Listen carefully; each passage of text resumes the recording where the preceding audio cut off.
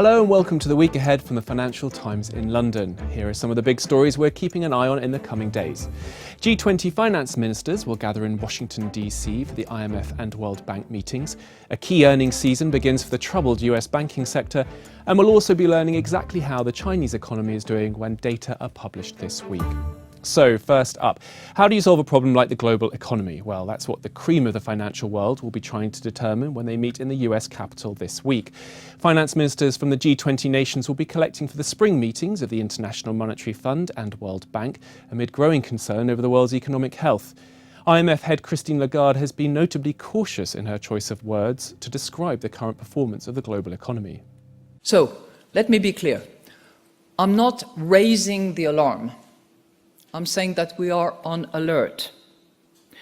There has been a loss of growth momentum, but we believe that if policymakers could be determined to act together to confront the challenges that I will address in a minute, Jens, the positive effects on global confidence and the global economy can be substantial, and we can get back on track.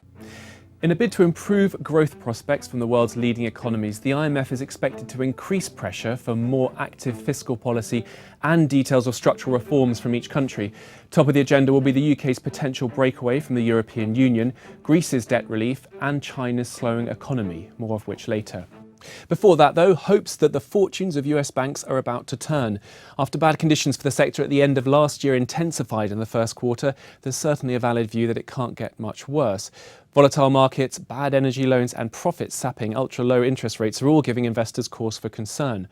We'll know more this week as earnings season begins with JP Morgan, followed by Wells Fargo, Bank of America and then Citigroup. One big worry of late has been the round of job cuts that many of the banks have been undertaking. Our US banking editor Ben McClanahan has more.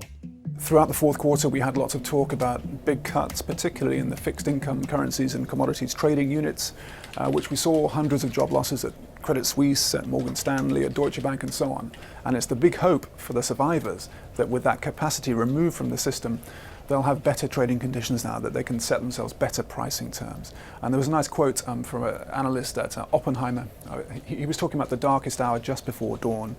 And he says that there's a sense of capitulation from those guys, Credit Suisse, Deutsche Bank and Morgan Stanley. And that from now on the prospects are better for the survivors. The impact of the Fed's increase of 25 basis points in December will be watched by many investors. That was a move the retail bank said should boost profits. Focus is also likely to be on investment banking units, where revenues from trading are likely to have taken a sharp dip. And finally, China's economic health is under even greater scrutiny than usual this week. Attention will be on inflation data for March, the rate of which has quickened since October last year to hit a less concerning level of 2.3% year-on-year in February. That trend is expected to continue, with the rate moving to 2.4% in March. And at the end of the week, as well as figures for industrial production, retail sales and fixed investments, we'll be getting estimates for first quarter growth. GDP is expected to have cooled further in the first 3 months of this year to 6.7% from 6.8% in the previous quarter. But chief economics commentator Martin Wolf says the figures should be treated with caution. They're probably going to show reasonably strong growth, certainly north of 6%, because that's what the Chinese government said it's going to be. The question, of course, is whether we can believe them and what they tell you about the long term. And there are at least two really big concerns. First is that these are political figures, and the Chinese government has made it very, very clear that it wants growth about 6.5%, and it will be very surprising if it reported anything differently, whatever is really going on.